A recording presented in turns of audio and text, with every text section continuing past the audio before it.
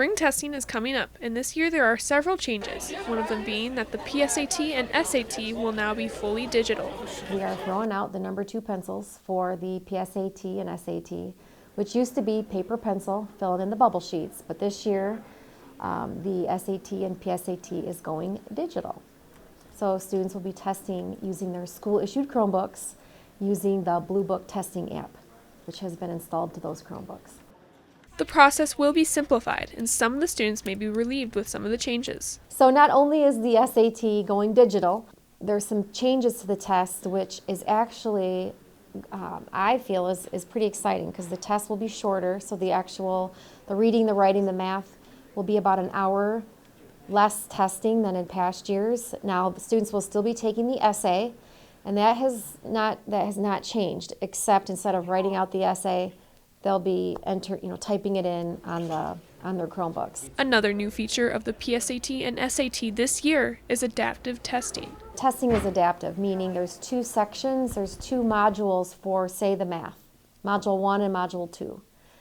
Based on how the student does on Module 1 will determine the difficulty level of the questions in Module 2. So that's a different compared to past years. There will still be many things during the testing process that are familiar to students. For instance, scoring will remain on the same 1,600 point scale, so that stays the same.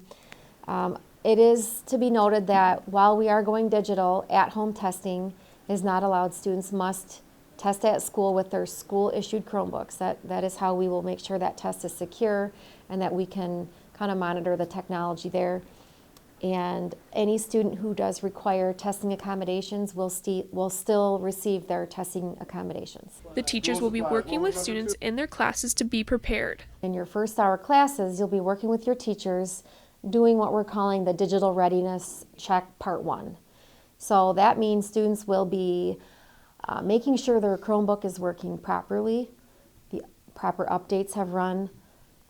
Students will be logging into their College Board accounts if they have one, and if they don't, they'll have some time to create a College Board account. And that's important because right now students can use that Blue Book app and access practice tests. It's in the app section of your Chromebook where you would access any of the testing apps.